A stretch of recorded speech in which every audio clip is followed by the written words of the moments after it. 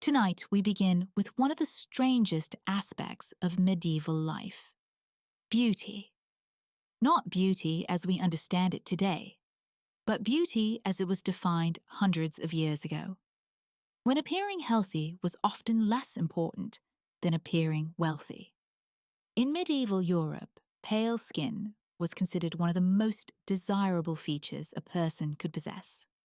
A light complexion wasn't simply attractive. It was a public display of status. It silently announced that you spent your days indoors, far away from fields, farms, and physical labor. Tanned skin suggested outdoor work, and outdoor work suggested poverty. As a result, noble families became obsessed with achieving the palest appearance possible.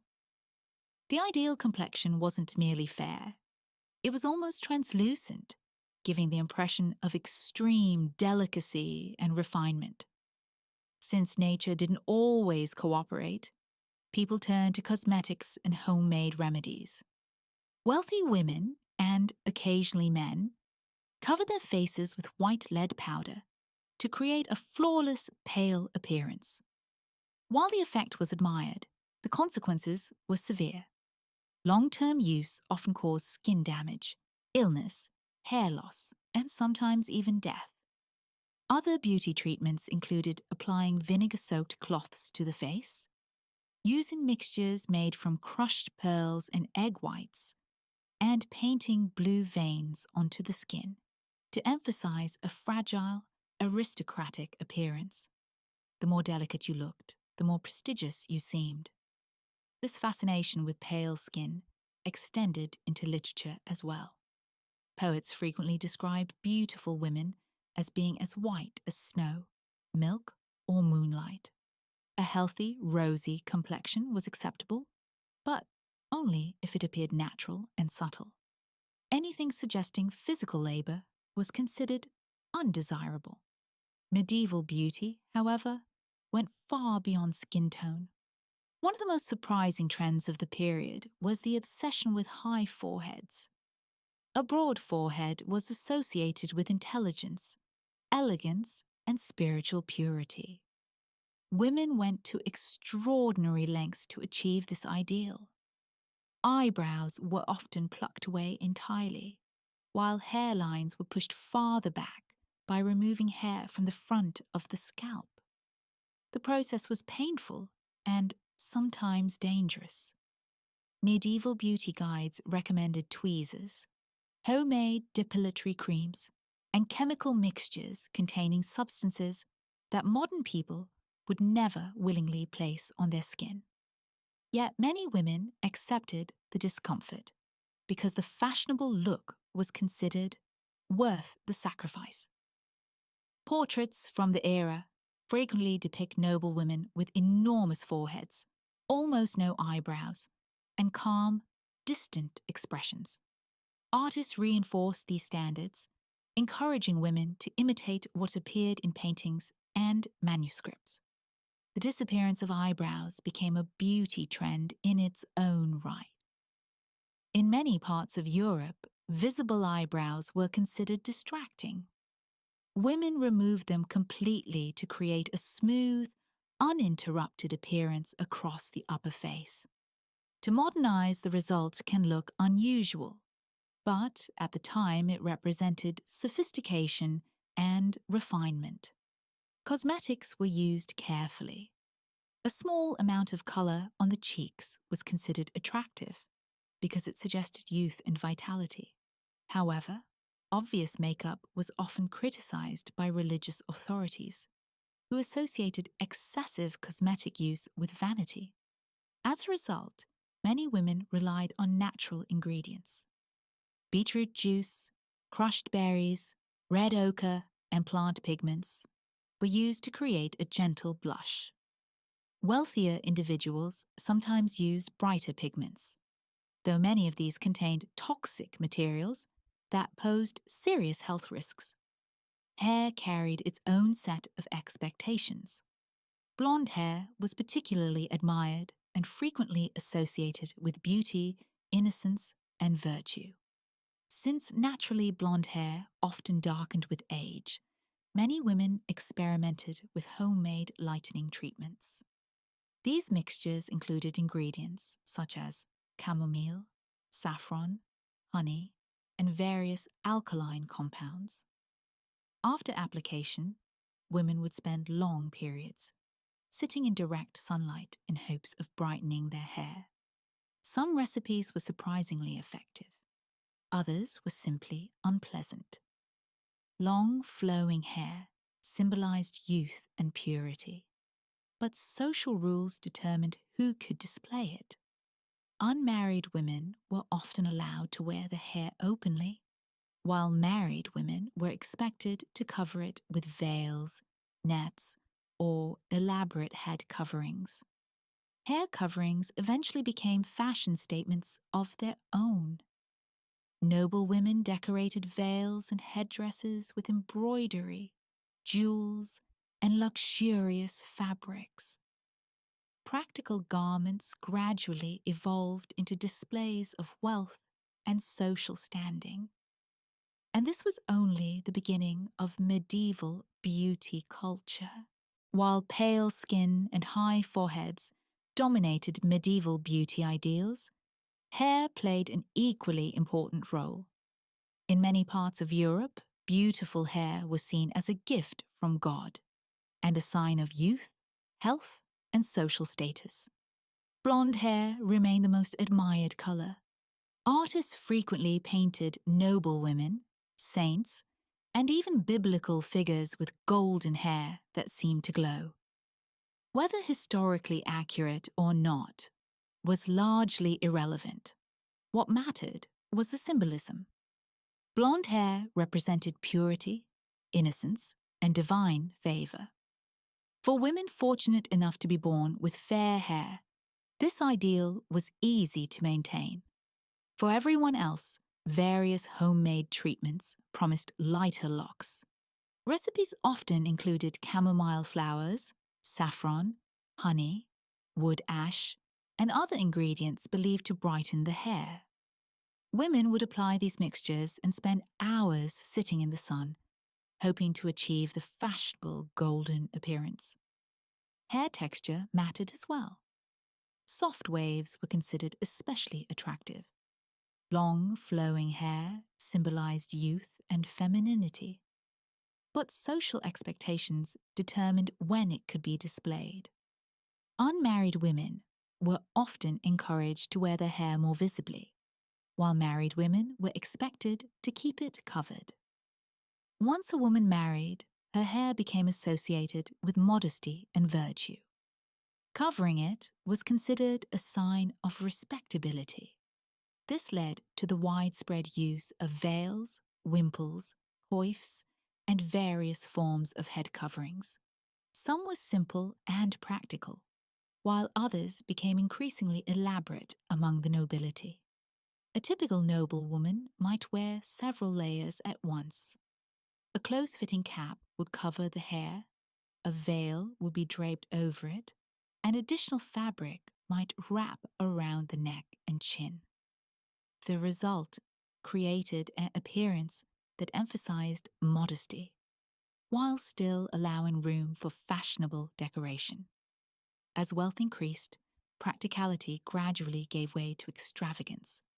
Embroidery, silk, pearls, gold thread, and precious stones began appearing on headwear throughout European courts. Noble women competed to display status through increasingly elaborate designs. Eventually, this desire for distinction produced one of the most recognizable fashion trends of the late Middle Ages: the hennin. The hennin was a tall, cone-shaped headdress that could reach remarkable heights. Some examples stood more than 2 feet tall, transforming the wearer into a walking symbol of wealth and prestige. Constructed from wireframes, fine fabrics, and delicate veils, these towering hats were impossible to ignore. The higher the hennin, the greater the impression of nobility and importance. Of course, wearing such a structure wasn't particularly practical. Moving through doorways required care. Strong winds posed obvious challenges. Yet, practicality was rarely the point. Fashion often serves as a demonstration that a person has enough wealth to ignore inconvenience. Not everyone approved.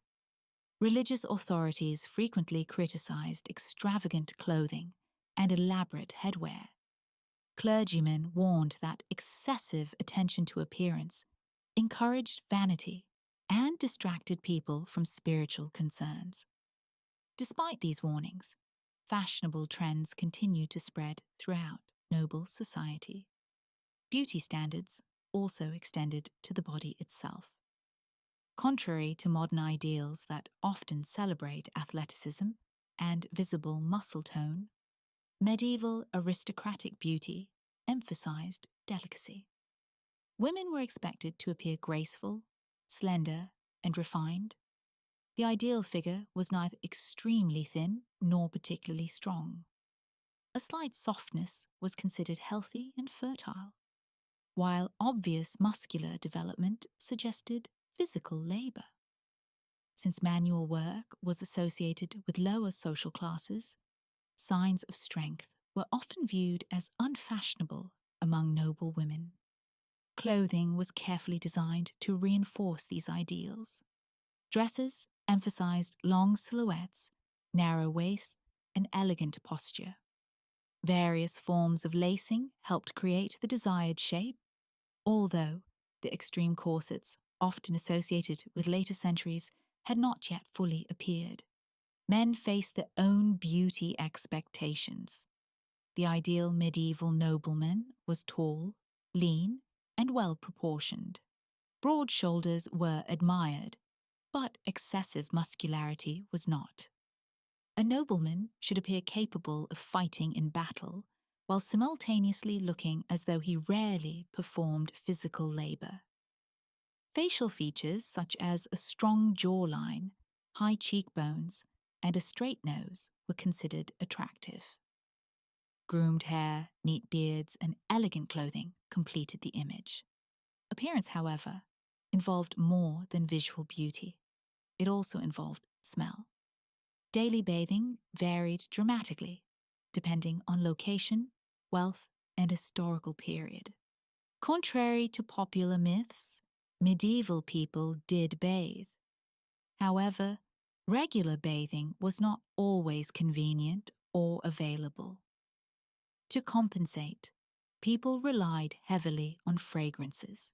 Herbs such as rosemary, sage, cloves, lavender, and cinnamon were carried in small containers known as pomanders. These decorative objects released pleasant scents and helped mask less pleasant odors. Perfumed oils, scented water, herbal sachets, and fragrant gloves became popular among the upper classes. Some individuals even placed flowers and herbs inside their clothing, beds, and shoes. Fresh breath was also valued. People chewed fennel seeds, parsley, cloves, and other aromatic plants to improve mouth odor. Primitive dental cleaning methods existed as well, including rubbing teeth with cloths, herbs, and abrasive powders. Despite these efforts, dental health remained a challenge. As a result, large, open smiles were uncommon in medieval art. Paintings rarely show people displaying their teeth. Instead, subjects typically wear calm, closed-mouth expressions. A restrained smile was considered elegant, while excessive displays of emotion could be viewed as improper. Ultimately, medieval beauty was about much more than physical attractiveness. It was tied to class, morality, religion, and social status. Looking beautiful meant demonstrating wealth, refinement, self-control, and virtue, all while avoiding accusations of vanity. It was a difficult balance to maintain, and one that shaped everyday life for centuries. In medieval Europe, beauty was never viewed as a simple matter of appearance. It carried moral, religious, and social meaning. A person's face was often believed to reveal something about their character, their virtue, and even their relationship with God. This belief created a fascinating contradiction. On one hand, physical beauty was widely admired. Clear skin, symmetrical features, bright eyes, and graceful posture were often interpreted as signs of goodness and divine favor. Poets praised beautiful women as earthly reflections of heavenly perfection. Artists painted saints and noble women with idealized features that blended physical attractiveness with spiritual purity. Yet, at the same time, openly pursuing beauty could be dangerous. The church frequently warned against vanity. Spending too much time on one's appearance suggested pride, and pride was considered one of the most serious sins. As a result, medieval people were expected to be attractive, but not appear too interested in becoming attractive. This balancing act was particularly difficult for women. A woman who was naturally beautiful might be praised for God's blessings. However, if she enhanced that beauty too obviously through cosmetics, fashionable clothing, or flirtatious behavior, she risked criticism. What had once been admired could suddenly be viewed with suspicion. Medieval sermons often warned that physical beauty could tempt others into sinful behavior. Many religious writers argued that women carried a special responsibility to dress modestly and avoid drawing excessive attention to themselves. The logic was often unfair. If a woman appeared plain, she might receive less admiration and fewer opportunities within noble society. If she appeared too attractive, she could be accused of vanity or manipulation. Success required navigating an extremely narrow path between both extremes. Even makeup became a subject of moral debate. Some religious authorities claimed that altering one's appearance was an insult to God's creation. Others tolerated modest cosmetic use, particularly among the upper classes. The result was a constant tension between fashion and faith. Women developed subtle ways to work within these restrictions. Instead of applying obvious cosmetics, they favored treatments that appeared natural. A faint blush, slightly lighter skin, or carefully arranged hair could enhance beauty without attracting criticism. The goal was not to look artificial. The goal was to look effortlessly perfect. Medieval literature reinforced these ideas. Stories often portrayed beautiful heroines as virtuous, humble, and pure. Villains, by contrast, were frequently described as physically unpleasant or distorted. This reflected a widespread belief known as physiognomy, the idea that outward appearance revealed inner character. Although modern science rejects such assumptions, medieval society embraced them. Many people genuinely believed that beauty reflected virtue and that unattractive features indicated moral flaws, illness, or divine disfavor. As a result, physical appearance became intertwined with social judgment. Beauty could open doors. It could improve marriage prospects, increase social influence, and attract powerful allies. Noble families understood this well. Daughters were often taught how to dress, behave, and present themselves according to the beauty ideals of the time. Marriage itself was heavily influenced by appearance. While political alliances and family connections mattered most among the nobility, physical attractiveness still played a role. A young woman who matched contemporary beauty standards often enjoyed greater opportunities within aristocratic society. But beauty was also considered dangerous. Medieval stories are filled with warnings about attractive women who supposedly used their appearance to deceive men. legends, folk tales, and religious texts frequently portrayed beauty as both a blessing and a temptation. In some cases, beauty was even linked to supernatural fears. People sometimes believed witches could use enchantments to alter their appearance. A particularly attractive stranger might be viewed with suspicion, especially during periods of social unrest or religious anxiety. These fears seem irrational today, but they reflected a world where disease, famine, war, and natural disasters were often explained through spiritual causes. When life felt uncertain, people searched for hidden meanings everywhere, including in human appearance. The contradiction remained constant. Be beautiful, but not vain. Look attractive, but not seductive. Display refinement, but not pride. Stand out, but never too much. For many people, especially women, meeting these expectations was nearly impossible. Yet despite the risks and contradictions, medieval beauty culture continued to thrive. Fashion evolved, cosmetics spread, and new trends appeared century after century. People remained willing to endure discomfort, expense, and even serious health risks in pursuit of the ideal appearance. Because ultimately, beauty in the Middle Ages was never just about looking good. It was about status. It was about morality. It was about power. And in many ways, those motivations have never completely disappeared.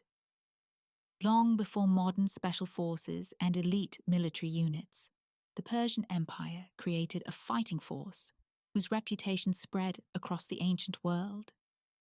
They were known as the Immortals, a name that inspired fear, admiration, and endless speculation. Their story begins during the rise of the mighty Cyrus the Great in the 6th century BCE. As Persia expanded from a regional kingdom into one of history's largest empires, Cyrus understood that conquest alone was not enough.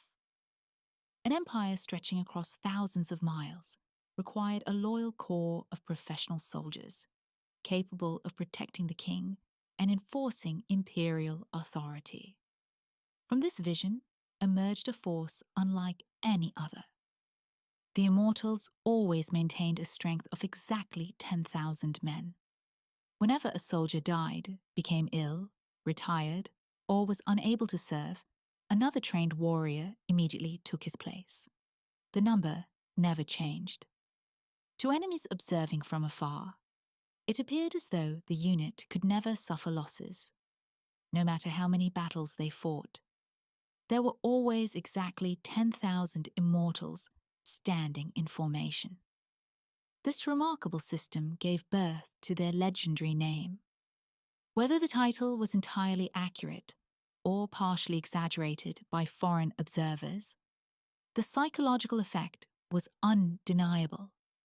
It created the image of an army that could not be diminished, an army that never disappeared, an army that never died. Membership in the Immortals was highly prestigious.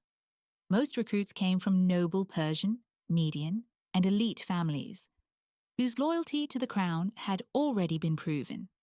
Service was not merely military employment, it was a position of honor within the empire. Training began at a young age. Future Immortals learned archery, spear fighting, horseback riding, endurance, discipline, and unwavering obedience. Every aspect of their lives was shaped by military preparation. Unlike many ancient armies composed largely of temporary levies, the Immortals were professionals. War was not something they did, it was who they were. Their appearance further reinforced their reputation. Unlike the heavily armored Greek hoplites, who favored bronze armor and massive shields, the Immortals combined mobility with elegance. They wore richly decorated robes over scale armor, made from metal plates sewn together for flexibility. Their equipment typically included a spear for close combat, a short sword or dagger, a powerful composite bow, a wicker shield designed for mobility, fine garments displaying imperial wealth. To foreign observers, they looked less like ordinary soldiers and more like a moving symbol of Persian power. Every detail served a purpose. Their weapons inspired fear. Their discipline inspired respect. Their appearance projected authority. When the immortals marched behind the Persian king, they communicated a simple message. The empire is strong. The king is protected. Resistance is futile. Their role extended beyond warfare. They served as royal bodyguards, palace guards, ceremonial escorts, and political enforcers. They accompanied kings during diplomatic missions and major state ceremonies. They served as royal bodyguards, palace guards, ceremonial escorts, and political enforcers. They accompanied kings during diplomatic missions and major state ceremonies. Whenever a provincial governor considered rebellion, the presence of the immortals served as a powerful reminder of who truly ruled the empire.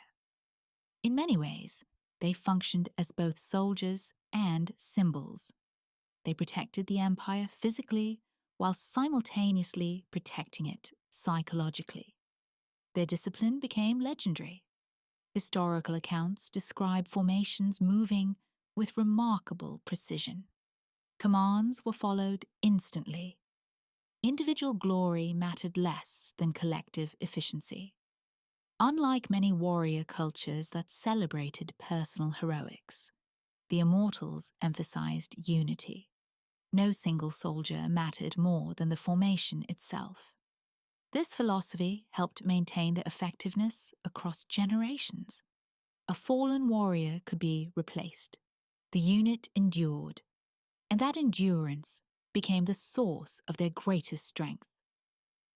To enemies facing the Persian Empire, the immortals represented something larger than an elite military force. They represented permanence. A machine that continued operating regardless of losses. A force that seemed eternal. And for centuries, that reputation helped secure Persian dominance across vast regions of the ancient world. If Cyrus the Great created the immortals, then Darius I transformed them into one of the most powerful military institutions of the ancient world. When Darius seized power in 522 BCE, the Persian Empire was facing instability, internal rivalries, and regional rebellions. Maintaining such a vast territory required more than armies. It required a visible symbol of royal authority. The immortals became that symbol. Under Darius, they were no longer simply an elite guard unit. They became an extension of the king's presence.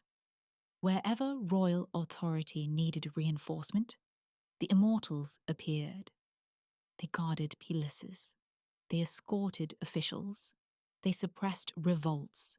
They enforced order across territories, stretching from Egypt to Central Asia. Darius also expanded their military role. Persian warfare relied heavily on coordination between different types of troops. Archers, cavalry, infantry, and chariots worked together as a unified system. The immortals became the centerpiece of that system. Rather than relying purely on brute force, they emphasized discipline and flexibility. Their combination of bows, spears, and mobility allowed them to adapt to changing battlefield conditions far more effectively than many contemporary armies. As Persian power grew, so did their reputation. Monumental reliefs carved into palace walls showed rows of perfectly organized immortals standing guard for eternity. These images were carefully designed propaganda. Visitors arriving from distant lands would immediately understand one thing. Persia was organized, Persia was wealthy, Persia was powerful, and the immortals stood at the center of it all. When Darius died, his son Xerxes I inherited both the empire and its legendary elite force. Xerxes had ambitions that stretched beyond anything Persia had attempted before. He planned to conquer Greece. The invasion of Greece in 480 BCE became one of the most famous military campaigns in history.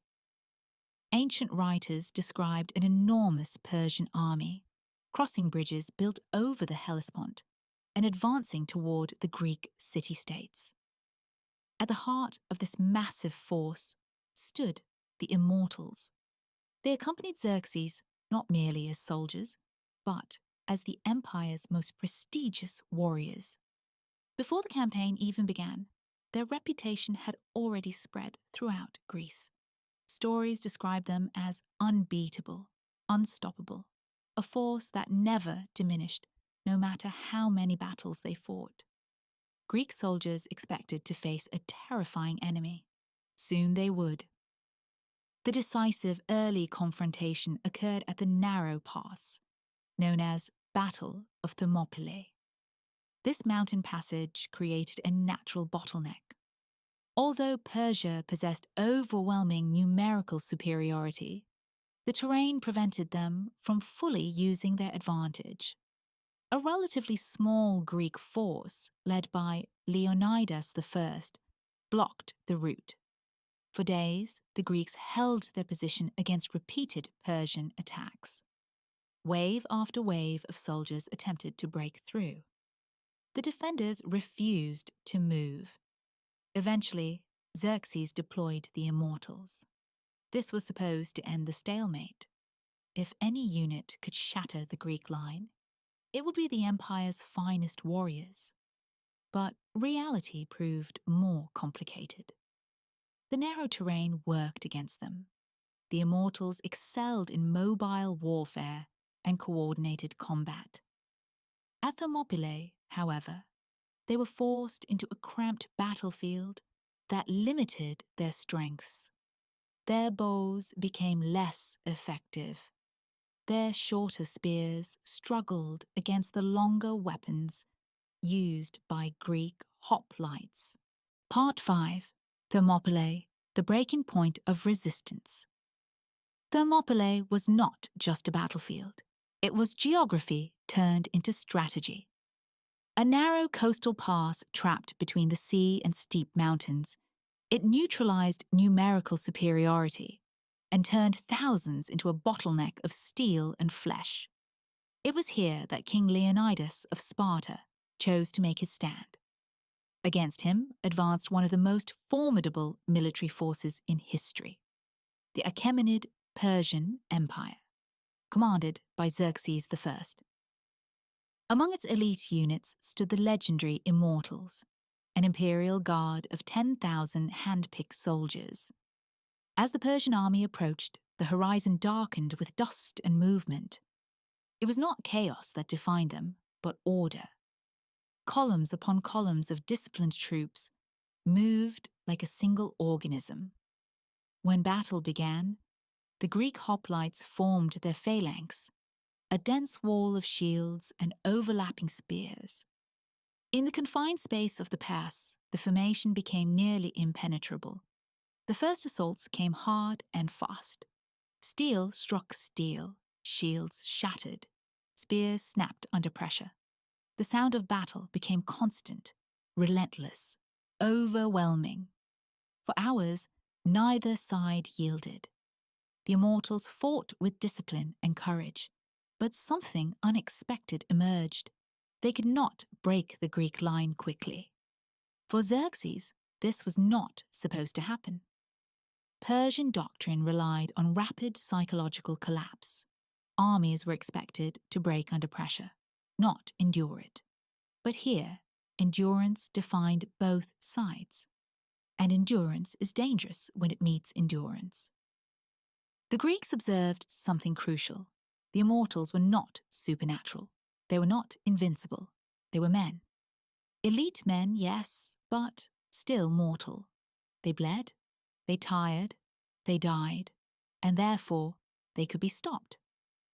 As the battle dragged on, a turning point emerged that had nothing to do with strength. A local Greek revealed a hidden mountain path that bypassed the pass entirely. Persian forces moved through it, outflanking the defenders. The Greek position collapsed strategically. Leonidas understood the outcome was now inevitable. Yet he did not retreat. The final stand at Thermopylae became less a battle and more a statement, a declaration of resistance in its purest form. The Persians ultimately won, but victory came at a cost that could not be measured in territory or casualties. Thermopylae became myth, the Spartans became symbols of resistance. The Persians, paradoxically, became symbols of unstoppable persistence, because even when delayed, even when resisted, even when bloodied, they continued. And that continuity shaped their reputation more than any single victory. Part 6. The secret behind the Immortals. Despite their legendary status, the Immortals were not defined by invincibility, but by structure. Their name created the illusion of divine protection. In reality, their immortality was administrative. The unit always numbered exactly 10,000 men, no more, no less. When one soldier died, another immediately replaced him. When one fell ill, another stepped forward. When one retired, the gap vanished instantly. To outside observers, the unit never seemed to weaken. It appeared constant, unchanging, endless. But this was not magic. It was system design. Behind the Immortals stood one of the most advanced logistical machines of the ancient world.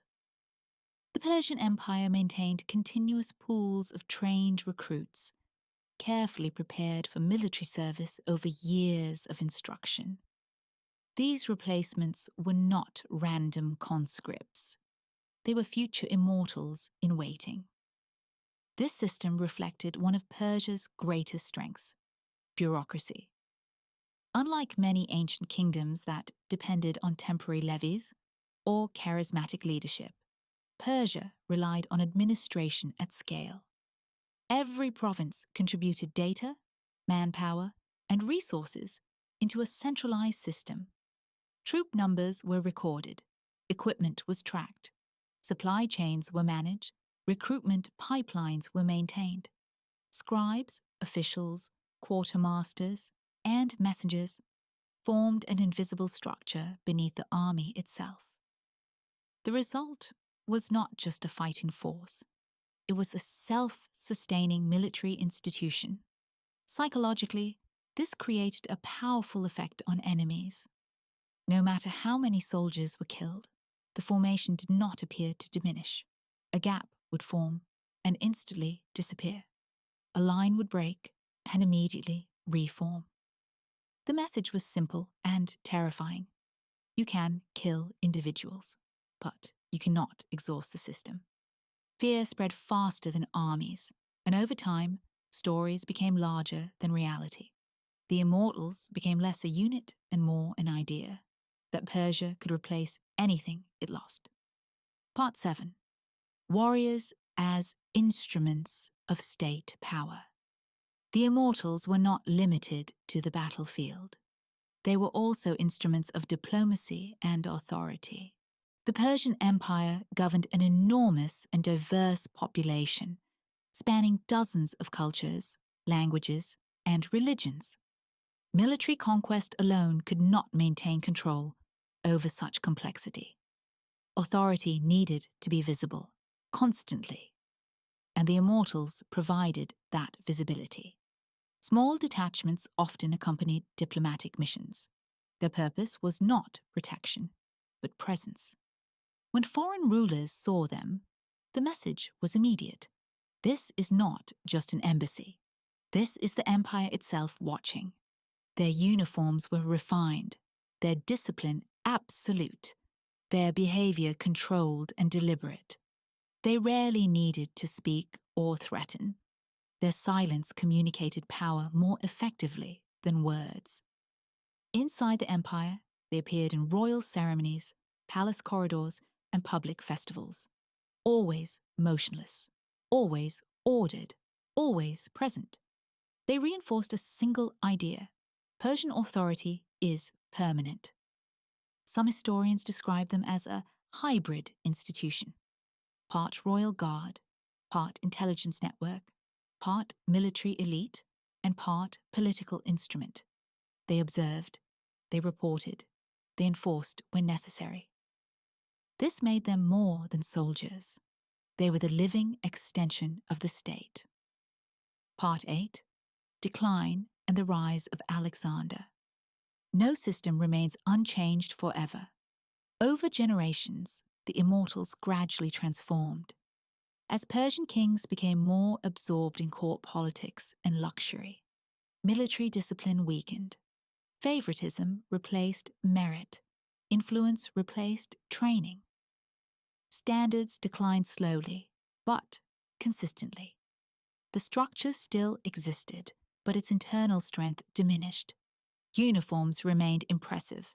Ceremonies continued. The names still inspired fear. But beneath the surface, the system was no longer the same. Then came Alexander of Macedon. In 334 BCE, Alexander crossed into Asia and launched his campaign against Persia. Over the next years, he achieved a series of extraordinary victories against larger armies. At Gaugamela, the confrontation reached its peak. Darius III assembled a massive force, including the immortals themselves. They fought with discipline and bravery. But discipline alone was no longer enough.